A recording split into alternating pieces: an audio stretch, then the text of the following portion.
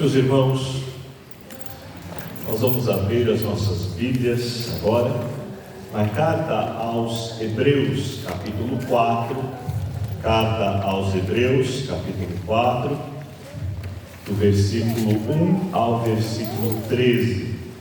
Carta aos Hebreus, capítulo 4, do 1 ao 13.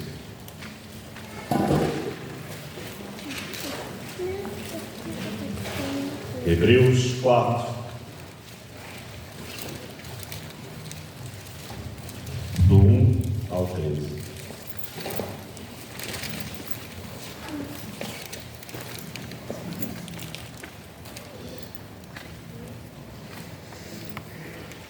Hebreus 4, do 1 ao 13. Minha versão vai destoar um pouquinho da sua, mas ela é bem clara, bem esclarecedora quanto a esse texto. Diz assim: assim, uma vez que permanece a promessa de que entremos no descanso de Deus, devemos ter cuidado para que nenhum de vocês pense que falhou. Porque essas boas novas também nos foram anunciadas como a eles, mas a mensagem de nada lhes valeu, pois não receberam com fé e não se uniram àqueles que ouviram. Pois nós, os que cremos, entramos em seu descanso. Quanto aos demais, Deus disse: assim jurei em minha ira, jamais entrarão em meu descanso. Embora suas obras estejam prontas desde a criação do mundo, sabemos que estão prontas por causa da passagem que menciona o sétimo dia. No sétimo dia, Deus descansou de todo o seu trabalho. Mas em outra passagem, Deus disse: jamais entrarão em meu descanso. Portanto, o descanso está disponível para que alguns entrem nele, mas os primeiros que ouviram essas boas novas não entraram por causa de sua desobediência. Por isso, Deus estabeleceu outra ocasião para que entrem em seu descanso, e essa ocasião é hoje.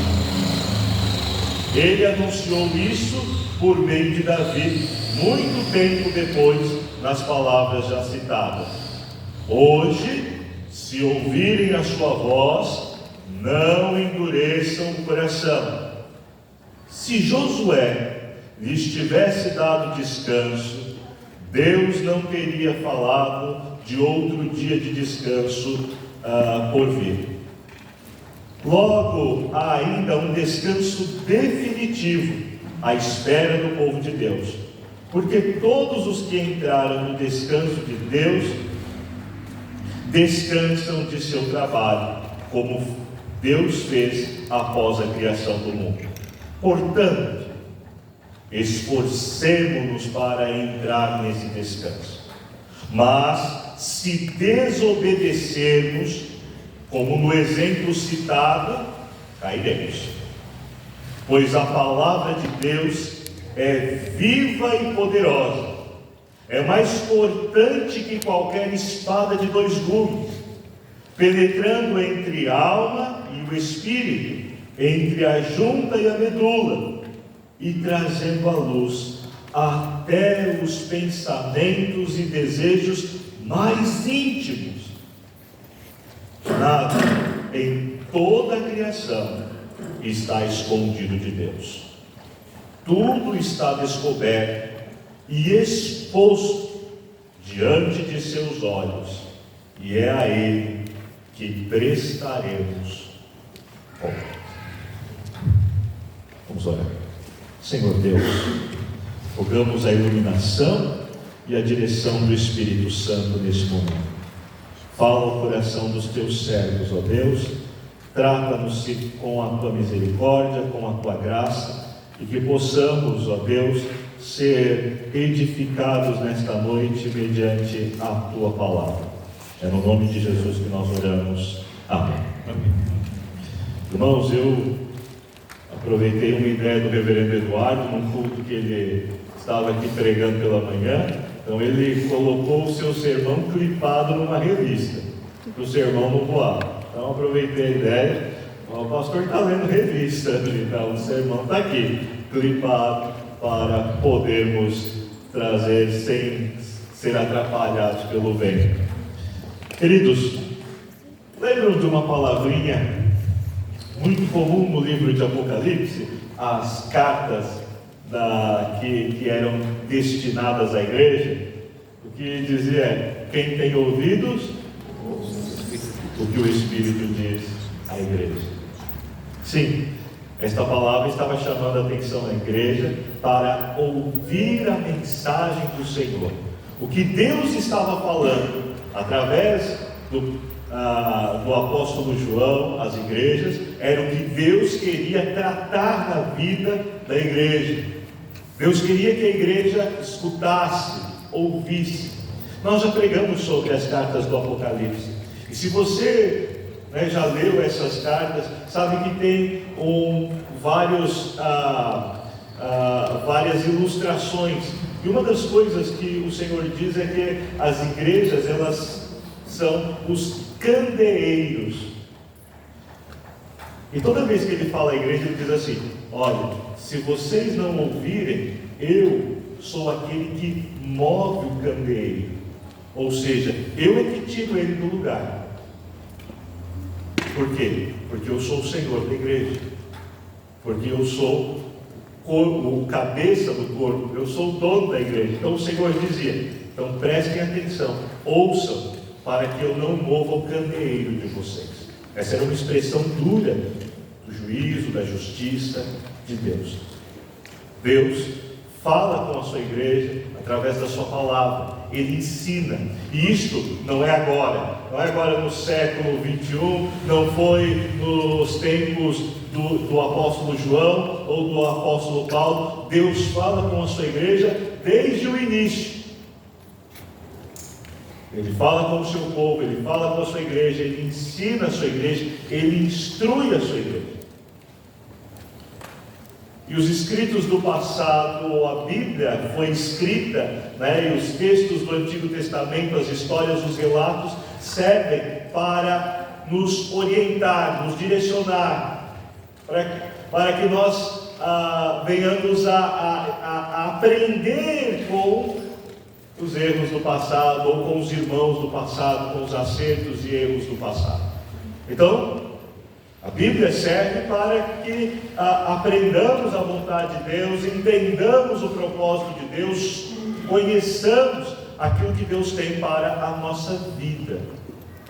E o escritor aos Hebreus, nesse momento, ele vai se valer do Antigo Testamento para falar da importância da palavra de Deus para aquela igreja.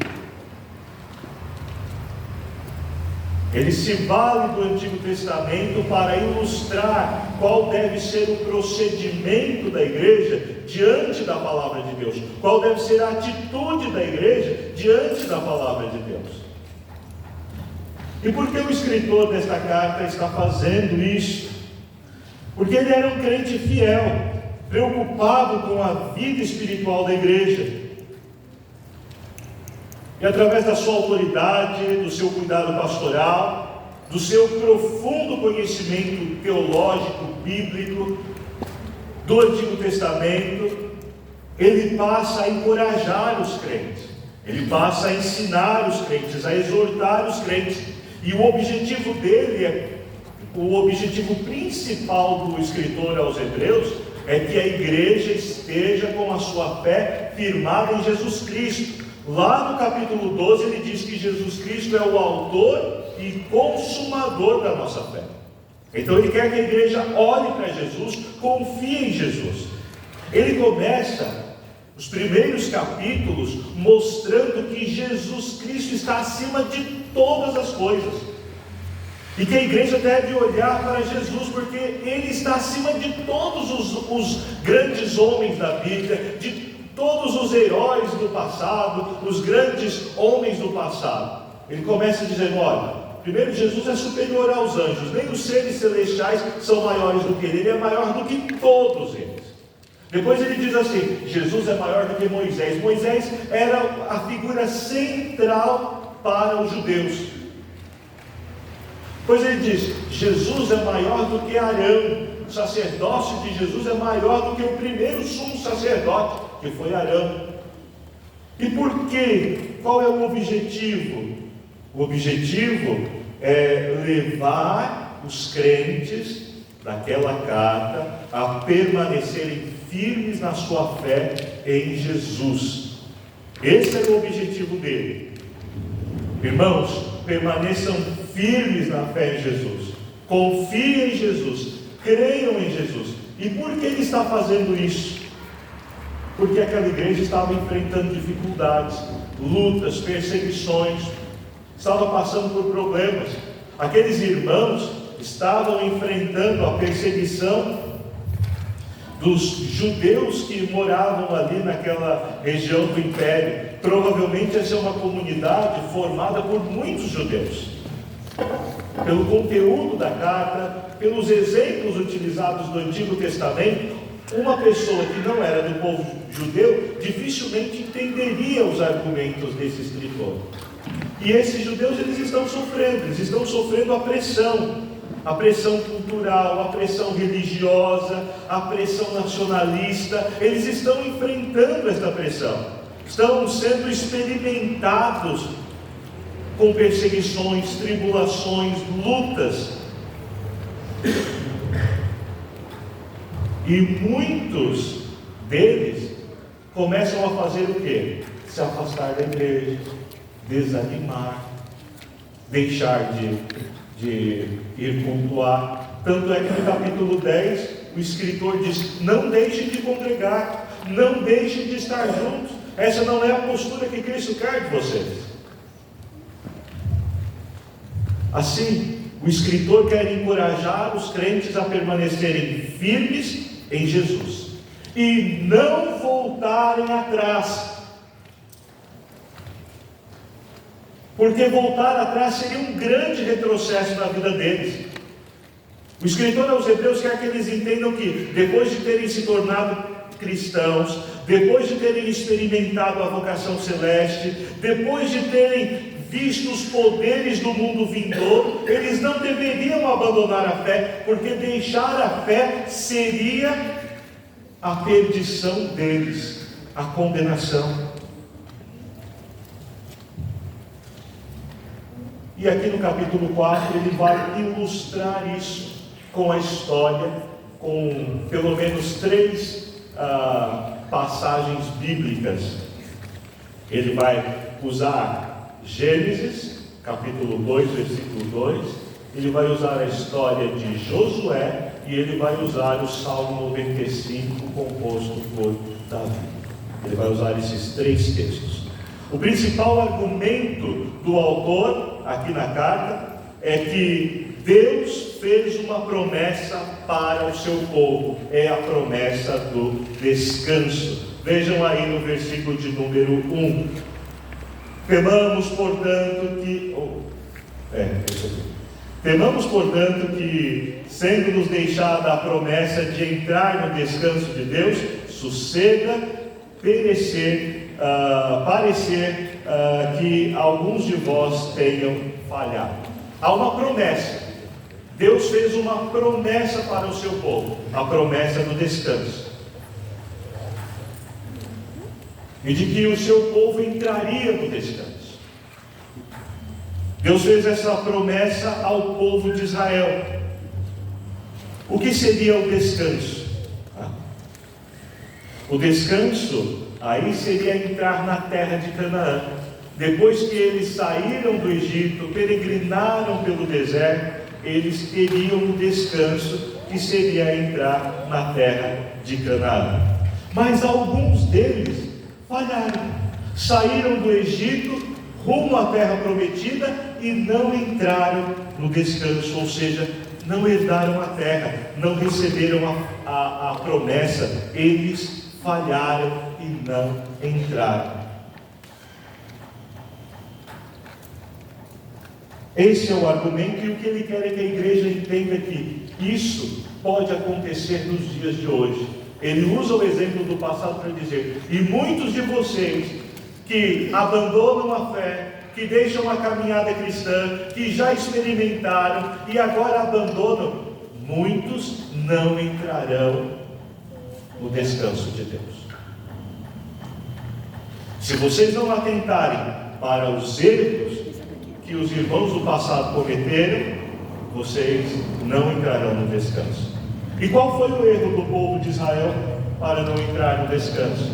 Falta de fé, falta de confiança na palavra de Deus, na mensagem de Deus, na palavra do Senhor Deus. Pastor, mas o senhor está falando que eles não entraram no descanso? Mas lá no livro de Josué eles tomaram posse da terra prometida. Você já leu toda a passagem do Pentateuco, ou começando de Êxodo até Deuteronômio? Se você não leu, vou resumir rapidamente para você. Quando o povo saiu do Egito, começou a peregrinar pelo deserto, eles estavam indo na direção da terra prometida.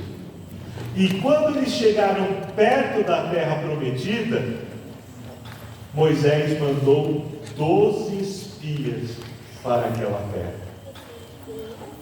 Os 12 retornaram, 10 voltaram dizendo assim: a terra é muito boa, tem mana, leite, mel, como o Senhor diz. 2 homens foram necessários para trazer os cachos de uva. A terra é muito boa, mas nós não conseguiremos herdar aquela terra. O texto de Números diz que eles se viam como gafanhotos, pequenos diante daqueles homens. Eles disseram: não vamos conseguir passar pelas muralhas, não vamos conseguir entrar e destruir aquele povo. E sabe o que aconteceu quando os espias disseram isso? Todo o povo começou a chorar, lamentar, e somente 2 espias, Josué e Caleb, falaram: vamos entrar na terra, Deus prometeu, vamos confiar em Deus, vamos tomar posse da terra. Mas todo o povo já estava chorando e lamentando por conta daqueles que não confiaram na promessa de Deus e levaram o povo ao desespero. Resultado disso, Deus disse: esta geração que saiu do Egito não vai tomar posse da terra. Somente os filhos de vocês vão tomar posse da terra. Então, eles começaram a peregrinar pelo deserto por 40 anos, até toda aquela geração que não creu em Deus morrer. A geração que acompanhou Josué e Caleb, que foram os únicos que entraram, eram os filhos daqueles homens e mulheres que saíram do Egito. Então, o que o escritor dos Hebreus está dizendo aqui é: olha, não façam, não descreiam na palavra de Deus, não descreiam na promessa de Deus, não descreiam naquilo que Deus disse. Vocês devem confiar na palavra de Deus, devem confiar na promessa de Deus, devem confiar, mesmo que vocês enfrentem lutas, passem por dificuldades, sejam perseguidos, sofram tribulações, não deixem de confiar, porque a falta de confiança, a falta de fé, a falta de credibilidade na palavra de Deus levou aqueles homens e mulheres do passado a não herdarem o descanso, a não tomarem posse da terra. Até Moisés não entrou no descanso. E por quê? O mesmo erro. Deus disse para Moisés: fale a rocha. Moisés não creu, não foi obediente e bateu na rocha 2 vezes, feriu. E Deus disse: por causa da tua incredulidade, da tua desobediência, você também não vai entrar na terra. Vejam, esse texto nos alerta quanto à incredulidade em relação à palavra de Deus. Muitas vezes nós lemos a palavra de Deus, ouvimos mensagens de estudo e muitas vezes pensamos: isso não vai acontecer, vamos continuar levando a vida, isso é muito radical, isso não serve. Não deixe de crer naquilo que o Senhor ensina e fala através da sua palavra. E é o que o escritor aos Hebreus está dizendo. A segunda coisa, segunda ilustração que ele utiliza é a de Gênesis 2. E ele vai dizer aí, a partir do versículo de versículo 3 e 4, ele vai falar aí sobre a criação de Deus. Ele vai dizer que Deus, ele criou um descanso. Quando ele criou todas as coisas, no sétimo dia o que Deus fez? Ele descansou. E nesse sétimo dia, ele preparou um descanso para o seu povo. Ou seja, esse descanso é a vida eterna, é a salvação eterna, é a vida eterna ao lado dele. Então ele diz que Deus preparou isso quando ele criou todas as coisas. Ele já preparou um descanso para o seu povo. Ele já preparou o lugar onde ele vai receber o seu povo, onde ele vai receber aqueles que creem nele, aqueles que foram fiéis a ele, aqueles que creram na sua palavra, aqueles que confiaram na sua palavra. Então Deus disse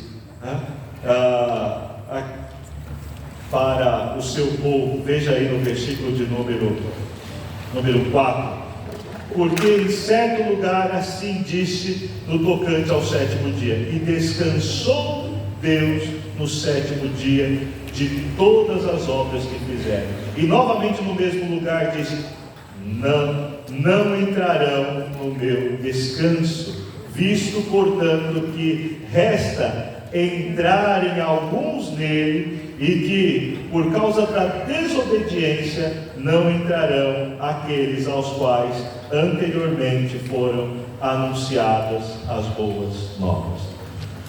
O escritor está dizendo: Deus preparou um descanso. Alguns vão entrar e outros não vão entrar.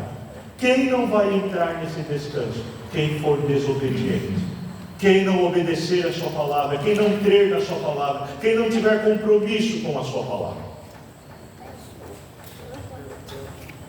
E então ele passa a usar agora o salmista Davi. Veja aí ele dizendo, versículo de número 3, ele diz assim: assim jurei na minha ira, não entrarão no meu descanso. Isso está no Salmo 95, do versículo 7 em diante. Ele diz ao povo: não endureçam o coração como vocês fizeram em Meribá. Vocês tentaram ao Senhor Deus, vocês causaram ira ao Senhor Deus, e o Senhor Deus disse que vocês não iriam entrar no descanso dele. Então vamos entender o argumento, a construção do autor aos Hebreus é bem complexa, por isso que eu li na outra tradução. Qual é o entendimento dele? O que ele está falando para os irmãos? Está dizendo, vamos inverter aqui. Ele coloca Gênesis 2, ele diz assim: Deus criou um descanso lá no sétimo dia, a vida eterna. Deus disse para Josué: leve o meu povo para a terra prometida, entrem no descanso. Só que o descanso de Josué não era o descanso final, era apenas uma representação do futuro. Mas o que ele quer usar com a história de Josué? Por causa da incredulidade e da desobediência, o povo não entrou no descanso. E agora ele diz: e Davi, para vocês terem a ideia de que aquele descanso de Josué não era o descanso final, não é o descanso eterno, Davi disse, anos depois, tempos depois, na minha ira, no meu furor, eu disse: não entrarão no meu descanso. Ou seja, o que Davi estava falando era para as futuras gerações: há um descanso. E quem não vai entrar nele? Aqueles que não andarem de acordo com a palavra do Senhor Deus. O descanso aqui é o descanso eterno, é a vida eterna. É você ficar livre das lutas, dos sofrimentos, das dores, das desilusões deste mundo, da maldição que impera neste mundo por conta do pecado. Esse descanso está preparado para você desde a eternidade. Quando Deus criou o mundo, Ele descansou e preparou para nós um descanso, um futuro eterno, glorioso ao lado dele. E é isso que o escritor está ensinando para aqueles irmãos. Então ele diz: se vocês querem entrar no descanso de Deus, se vocês querem entrar na vida eterna, se vocês querem tomar posse do reino de Deus, se vocês querem tomar posse da terra prometida, vocês devem obedecer à palavra de Deus. Vocês devem obedecer ao ensino da palavra de Deus. Devem estar prontos a ouvir o que o Senhor tem a dizer. Olha aí o versículo 7.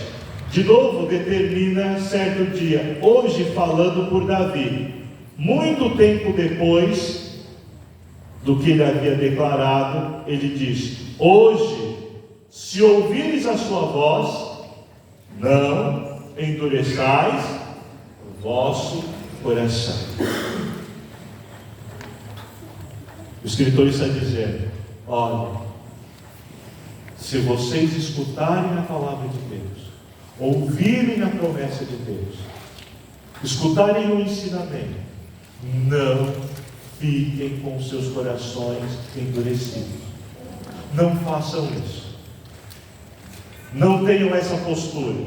Não façam como o povo de Israel fez no passado.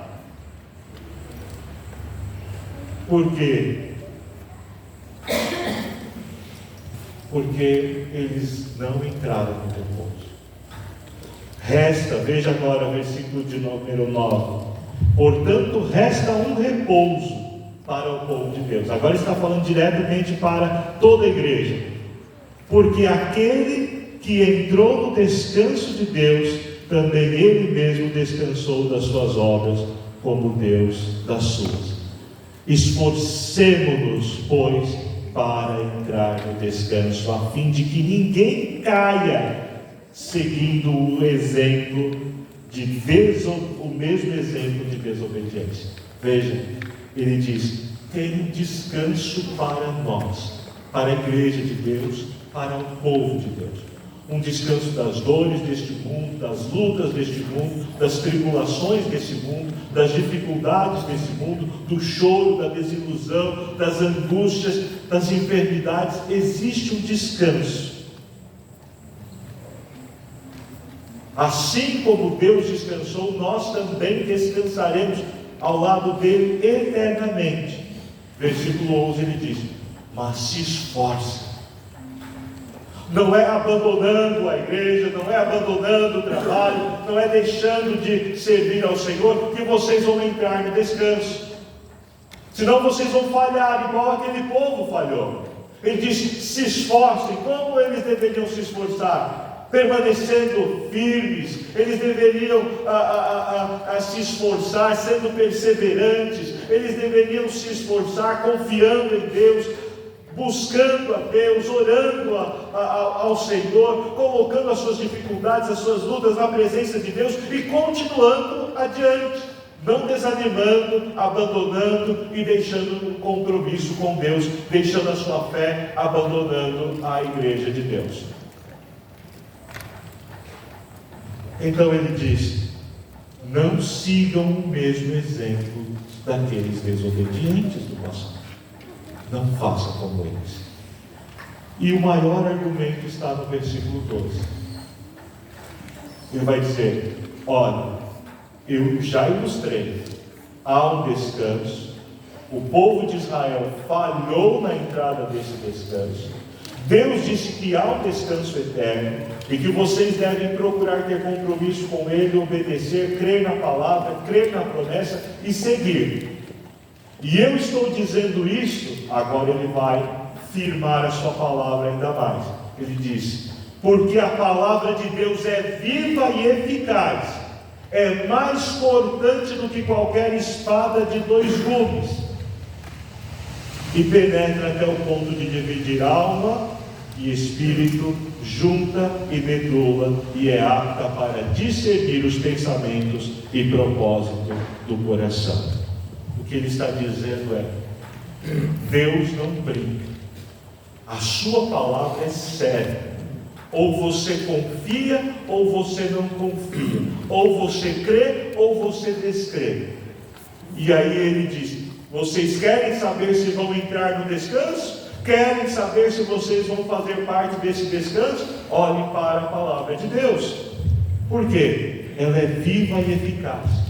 Ela é uma palavra dinâmica, ela tem vida em si mesmo, ela é o sopro de Deus, ela contém preceitos, ensinos, doutrina, ela fala, ela nos orienta, ela nos guia, ela nos consola, ela nos exorta, ela mexe conosco, ela dá sabedoria, ela dá entendimento, e tudo que nós aprendemos, estudamos é aplicado na nossa vida diária. Você aplica a palavra de Deus no seu casamento, na sua família, nos seus relacionamentos, você aplica a palavra de Deus na sua vida profissional, na sua vida social, espiritual. A palavra de Deus é aplicada em todas as áreas da nossa vida, e ela é atual. Ela fala conosco como ela falou há 2000 anos atrás, como ela falou com os irmãos no passado. Ela fala conosco, ela continua a nos ensinar, a nos exortar, a nos mostrar a verdade de Deus, o propósito de Deus, as promessas de Deus. Então, como nós vamos falhar se nós não ouvirmos a palavra de Deus, se nós não crermos na palavra de Deus, se nós não confiarmos em Deus, se nós endurecermos o nosso coração diante da palavra de Deus, nós vamos falhar. Mas quem crê nessa palavra viva vai desfrutar do descanso de Deus. Em João capítulo 6, versículo 63, ele diz, Jesus disse: as palavras que eu tenho são espírito e vida. A minha palavra é vida. Ainda no versículo 68 do capítulo 6, os apóstolos, se dirigem a ele dizendo: Senhor, tu tens a palavra de vida eterna. É somente pela palavra dele que nós herdamos a vida eterna. É somente pela palavra dele que nós entramos no descanso de Deus. Então nós temos que crer nessa palavra que é viva e eficaz. O que ela diz, o que ela ensina para o seu casamento, para a sua vida, para o seu ministério, para a sua família, você deve ouvir, você deve guardar no seu coração, você deve colocar em prática. Ele diz ainda que ela é eficaz. Ela age com poder, ela cumpre o seu propósito, ela age no que é preciso. Ela é como um remédio para tratar de uma doença. Ela vai trazer o resultado. Ela é indicada para o quê? Para tratar o coração. Ela é um remédio para o nosso coração, para tratar a nossa mente, a nossa alma, para tratar a nossa vida, para livrar-nos dos nossos temores, para nos livrar da ansiedade, dos vícios, do pecado. Ela nos aperfeiçoa, ela nos faz buscar a vontade de Deus, ela nos leva a nos consagrar, a nos purificar, nos santificar diante de Deus. Então, ouçamos a palavra de Deus, porque ela é viva e eficaz. Ela é irresistível, como uma espada afiada, você não tem como se defender dela.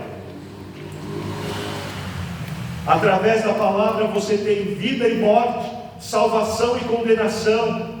Ela traz a promessa e traz o juízo. É isso que a palavra de Deus traz. Já falei e vou repetir. A palavra tem duas funções: ou ela salva, ou ela condena. Ela salva aquele que crê nela, que crê nas suas promessas, que obedece, que se arrepende, que demonstra fé. E ela condena aquele que continua com seu coração endurecido, rebelde, que não teme a Deus, que não ama e que não obedece a sua palavra. Então, ou você vive a palavra, ou você não vive a palavra. Ou você será salvo pela palavra, ou será condenado pela palavra. Ela corta a nossa dependência do pecado, o nosso apego a esse mundo. Somente quando a palavra de fato vem ao nosso coração, nós somos salvos. Quando ela atinge o nosso coração, ela nos trata, ela nos purifica, ela nos limpa. A palavra de Deus, ela é penetrante. Quando ela é lida, pregada, exposta, ensinada, ela nos examina, ela nos lê, ela nos expõe. Ela vai no ponto certo. É isso que a palavra de Deus faz. Nós ficamos vulneráveis a ela. Ela vem para expor o que está no coração. Ela sabe o que está no coração. É por isso que quando você olha para a Bíblia, você vê alguns exemplos. O rei Josias, o povo estava afastado das Escrituras, da lei de Deus. A lei estava perdida no templo. Um dia alguém estava mexendo lá, abriu uma caixa, um compartimento, acharam a lei. Trouxeram para o rei Josias. Quando leram aquilo na frente do rei Josias, o que aconteceu? Ele rasgou as suas vestes, caiu no chão e disse: ai de nós, estamos perdidos porque nós não estamos fazendo o que essa palavra diz. Estamos condenados. Foi isso que o rei Josias fez diante da palavra de Deus. Davi havia pecado, ficou quietinho, caladinho, continuando a sua vida. O profeta Natan veio e trouxe a palavra de Deus. O que aconteceu? Se arrependeu, chorou. Isso é o que a palavra de Deus causa na vida do crente. Mas ela causa outra coisa também. Quando Estevão estava sendo acusado, as pessoas estavam para apedrejar Estevão, ele começou a pregar a palavra de Deus, e diz o texto que no final as pessoas rilhavam os dentes. Eles estavam com ódio, com raiva. Por quê? Porque a palavra de Deus acusou a mente deles, que eles estavam errados, mas eles estavam com o seu coração endurecido.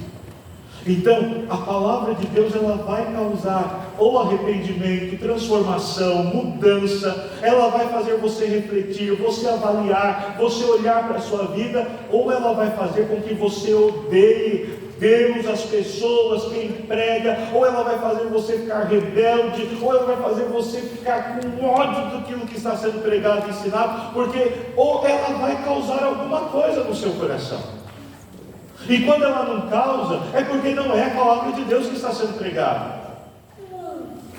É por isso que, quando nós olhamos para a mensagem da palavra de Deus, você vê que ou os pregadores eram escutados e o pessoal se quebrantava, ou eles perseguiam os profetas de Deus, porque eles falavam a mensagem de Deus. O rei Acabe um dia chegou, chamou Josafá, disse: vamos à guerra. O rei Josafá disse: eu vou à guerra, mas quero consultar a Deus. Acabe mandou chamar os seus profetas, uma multidão de profetas. Disseram: rei, Deus está dizendo que você vai vencer a guerra, pode ir para a batalha. E Josafá olhou, era um rei crente, temente a Deus, falou assim: Acabe, você tem aí um profeta de Deus? Sabe o que Acabe disse? Acabe disse assim: eu tenho, mas ele não fala coisas boas a meu respeito. Ele não fala aquilo que me agrada. Aí consultaram ele, chamaram Micaías, profeta de Deus. Já vieram espancando o profeta lá: fale o que o rei quer, senão você vai apanhar. Ele já veio apanhando lá. Ele diz: não, eu vou falar o que Deus quer. Aí chegou na presença do rei Acabe, o profeta Micaías. O rei perguntou: vou para a guerra? Ele disse assim: vai, rei, vai que você vai vencer, Deus vai te dar a vitória. Acabe olhou para ele e falou: eu disse para você me falar a verdade, não zombe da minha cara. Aí o profeta disse: vai para a guerra, você vai morrer e todos do exército vão perder. Vocês vão ser derrotados. Veio o profeta de Acabe e bateu em Micaías. Jogaram ele na prisão para viver a pão e água. Por quê? Porque era um profeta de Deus que pregava a verdade. A verdade ou vai ser recebida ou vai ser rejeitada. A palavra de Deus é a verdade para tratar o nosso coração e a nossa vida. Ou nós cremos ou não cremos, ou obedecemos ou desobedecemos. E a última coisa que a palavra de Deus ela é apta para discernir os pensamentos e o propósito do coração. Ela mostra as nossas reais intenções. A palavra de Deus penetra no íntimo para nós descobrirmos o que está lá dentro. E mais, a palavra de Deus, ela age no nosso íntimo e nos descobre diante de Deus. Por meio dela nós sabemos quem nós somos e quem Deus é. Por meio dela nós podemos avaliar realmente se nós estamos seguindo a Deus ou se estamos nos enganando. A palavra de Deus é clara. Ela vai aprovar ou condenar as suas obras. Ela vai aprovar ou condenar o seu comportamento. Ela vai aprovar ou condenar a sua atitude, os seus pensamentos, as suas ações. Ela é clara. Não tem meio termo. Como diz o Neto, não tem meio grávida. Ou é grávida ou não está grávida. Não tem meio a meio com a palavra de Deus. Ou você cumpre ou você não cumpre. Ou você está dentro dela ou não está dentro dela. Ah, pastor, mas eu errei. Se você errou, a palavra diz: vai lá, se arrepende, chora, pede perdão e muda de vida. É isso. Mas a palavra não deixa de chamar a nossa atenção para fazermos a vontade de Deus. Então, creia na palavra, permaneça firme na palavra, e assim você vai entrar no descanso de Deus. Quer herdar a vida eterna? Entrar na vida eterna, creia na palavra, no ensinamento de Jesus, creia no que Ele ensina, porque é isso que vai nos fazer herdar o descanso de Deus e a vida eterna. É palavra de vida, palavra de salvação, palavra de vida eterna. Que Deus nos abençoe. Amém. Nós vamos entoar o hino